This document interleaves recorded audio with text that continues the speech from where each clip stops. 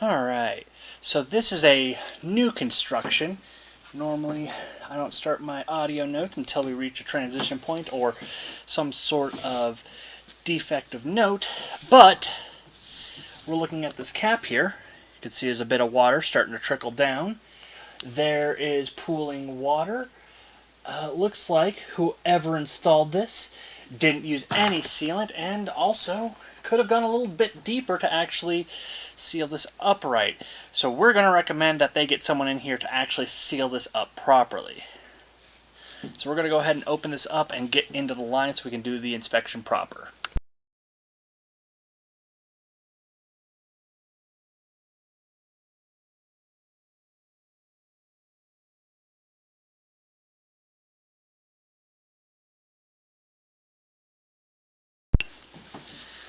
Yeah, absolutely no Teflon tape, joint compound, or plumber's putty, which is my preferred method of sealing a line just because it does not solidify over time and it makes a nice leak-free seal around those threads.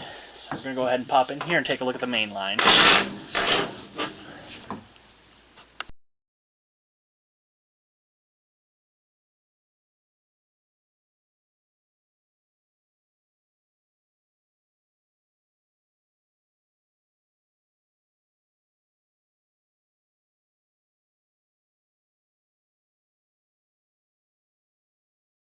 Now we're coming in here after the inspector, who's already run a bunch of water. So if we were going to see any issues like low points or anything like that, those would be full of water at this point. It looks like we also have our transition point here at 20 feet. We have a Schedule 40 to SDR 35 connection. This looks aligned really well, although, again, with new construction, it's pretty common for guys not to deburr their work nowadays.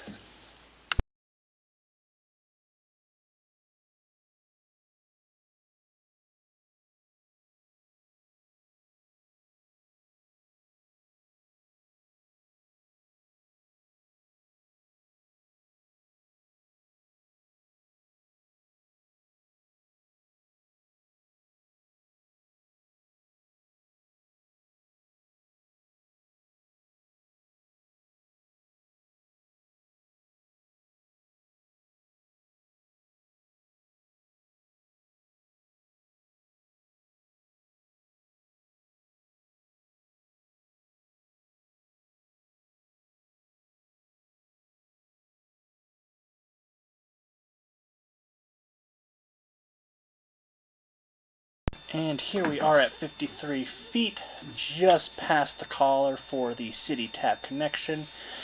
Now here at 53 feet would be the last point of responsibility for the homeowner. Everything out here looks really good, good pitch, no issues with structure, no one's flushed anything yet. But I would recommend a reinspection at 1 year and after closing, after closing, after everyone's moved in, just to make sure that nothing was flushed during the final clean. It's not uncommon, again, for cleaners to flush wipes, touch-ups to be done to drywall and paint, and for all of that to end up in the sewer line. So I'd recommend a rescope then, rescope at 1 year just to verify that, and then because we are out here in Colorado, I would recommend a rescope every decade just to make sure that the line hasn't settled. We've got bentonite out here, and that can cause all of our structures to move regardless of who builds it or when it is built. It will move over time. So we want to make sure that this doesn't settle on our clients, so we're going to recommend that. In addition, I'm going to recommend proper care and maintenance for the line, which is going to entail cleaning it once a decade with a hydrojet, or every 5 years, depending on your lifestyle. PVC loves to hold on to grease, should not be letting roots in, so your main thing that you're going to be contending with is that grease buildup. It can channel flow, it can slow flow, and it can easily cause backups, especially in higher amounts. Besides that, I also recommend that hygiene products and non-flushable products don't be put down the line. That includes your floss, your flossers, your Q-tips, that's obvious. Stuff like hygiene products,